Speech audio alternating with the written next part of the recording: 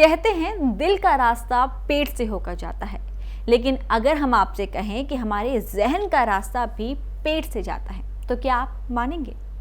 शायद बहुत से लोग इसे ना माने, लेकिन हमारे बड़े बुजुर्ग कहते हैं कि हमारे जहनी सुकून और दिमाग की सेहत का हमारे पेट से गहरा वास्ता होता है। अगर हमारा पेट ठीक तो सब ठीक, और अगर पेट खराब तो बहुत सी बीमारियां हमें परेशान कर सकती हैं।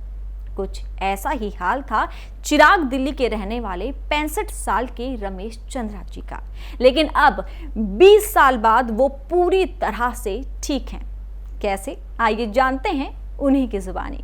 रमेश चंद्रा जी ICMR में कंसल्टेंट के तौर पर काम करते थे। हालांकि अब वो रिटायर हो चुके हैं। परिवार में उनके पिता, उनकी पत्नी, बेटा, बहू और 2 पोते हैं। अपने सुंदर से परिवार के साथ रमेश चंद्रा जी यूं तो जिंदगी जी रहे थे, लेकिन पेट की समस्या उन्हें परेशान कर रही थी।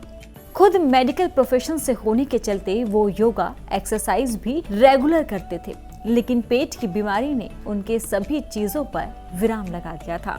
मेरी उम्र 65 साल है और मैं चिराग दिल्ली गांव में रहता हूँ। जी, तो सर आपके घर में कौन कौन है?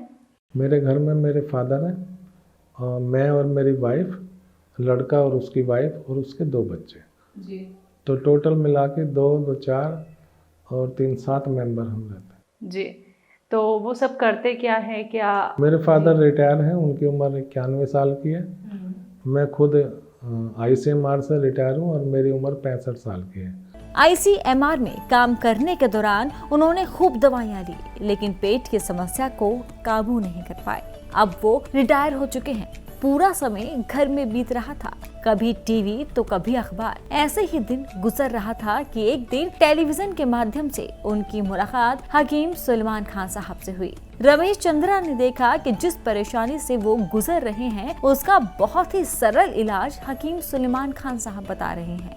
ये सुनते ही रमेश जी ने हकीम साहब से कांटेक्ट किया। अपना रूटीन बना रखा था। मॉर्निंग में 6 बजे के करीब उठा, उसके बाद मॉर्निंग वॉक पे चला गया। 7-8 बजे तक आया, घूम के चाय पानी पिया, फ्रेश हुआ और अपना या तो कोई किसी सत्संग का कोई कार्यक्रम देख लिया या हकीम जी का कार्यक्रम देख लिया। जी, तो यानी ये आपका सुबह से लेकर रात तक का शेड्यूल होता है? हाँ। या इस बीच भी आपके कोई फैमिली मेंबर्स या फ्रेंड्स कुछ हैं? पढ़ने का शौक है तो कुछ पढ़ाई करता रहता हूँ और कुछ आध्यात्मिक किताबें देखता रहता हूँ, और जो ये टीवी पे आध्यात्मिक शो आते हैं उनको देख लिया। इस उम्र में भी मैं हर तरह का योगा कर लेता हूँ। जी। मुझे किसी योगा से, शीर्षासन से लेकर हर तरह का योग है, लेकिन ये पेट की गड़बड़ी से मैं कुछ नहीं कर पाता था।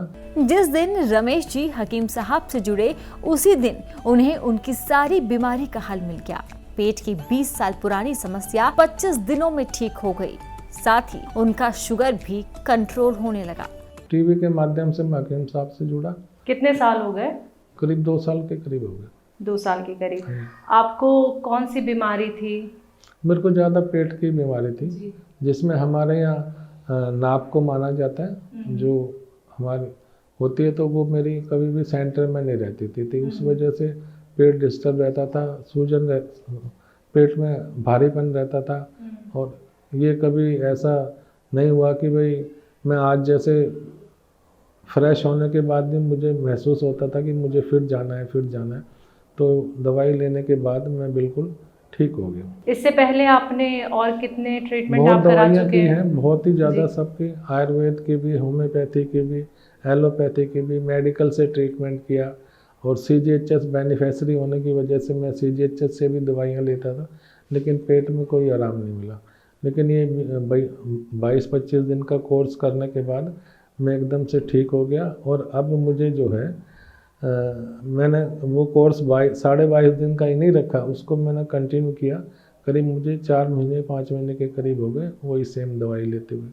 उसके साथ में मैं एक R-Care कैप्सूल भी लेता हूँ, ताकि जो गले में, छाती में और जो सांस में थोड़ी रुकावट होती थी वो भी ठीक हो। एक्टिवनेस हो गया हूँ, तक ज़्यादा स्फूर्ति शरीर में आ गई है। और मैंने और कई भी दवाइयाँ मंगा रखी हैं। उसका गोंद मंगवा रखा है, क्या नाम है? गोंदसिया, गोंद मोरिंगा।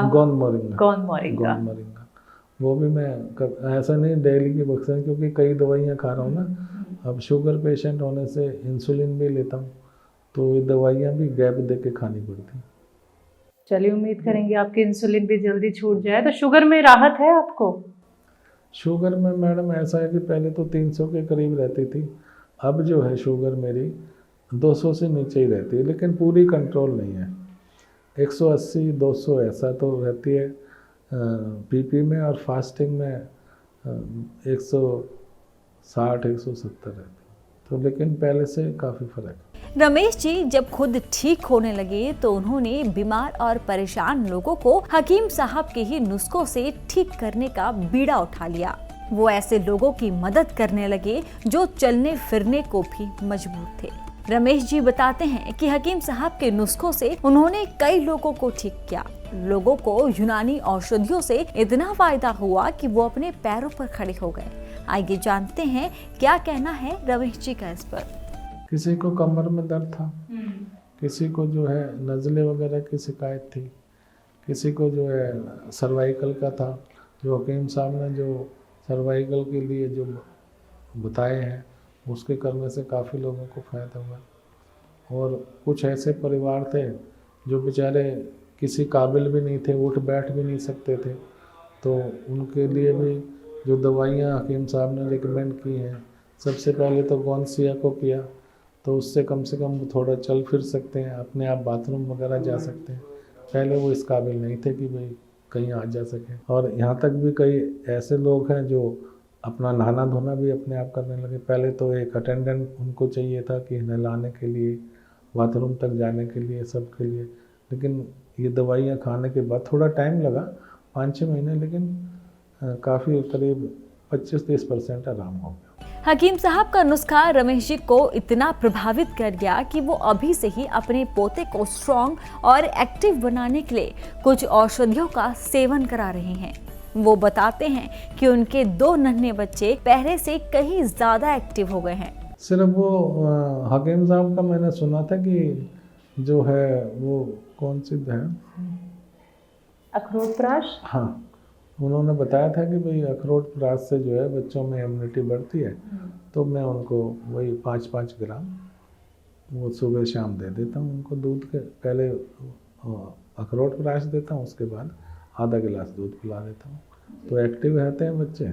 और लॉकडाउन में तो कहीं जा नहीं पाए थे, लेकिन अब अच्छा है, साइकिलिंग कर लेते हैं, भाग दौड़ कर लेते हैं, और मैं भी अपने साथ ले जाता हूँ पार्क में घुमाने के लिए, 1-2 घंटा वो खुद एक्सरसाइज भी कर लेते हैं।